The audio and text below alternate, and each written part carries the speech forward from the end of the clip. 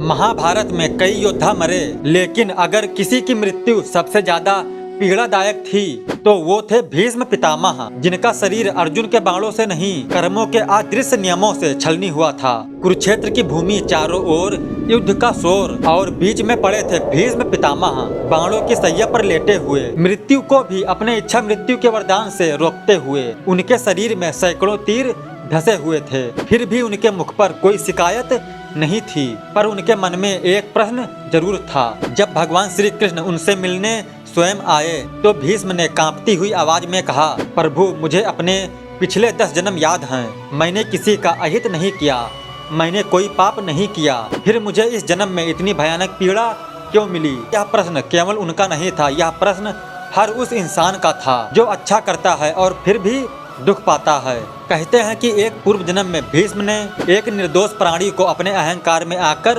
दर्द दिया था। वह कर्म छोटा था पर उसका फल अत्यंत कठोर था, और यही दिखाता है कि कर्म कभी नष्ट नहीं होता, वह समय को देखकर जरूर आता है। श्री कृष्ण ने भीष्म की ओर देखा और कहा, भीष्म यह दंड नहीं, यह कर्मों का संतुलन है। तुम महान हो, इसीलिए तुम्हें सत्य का बोझ पूरी चेतना के साथ उठाना पड़ा।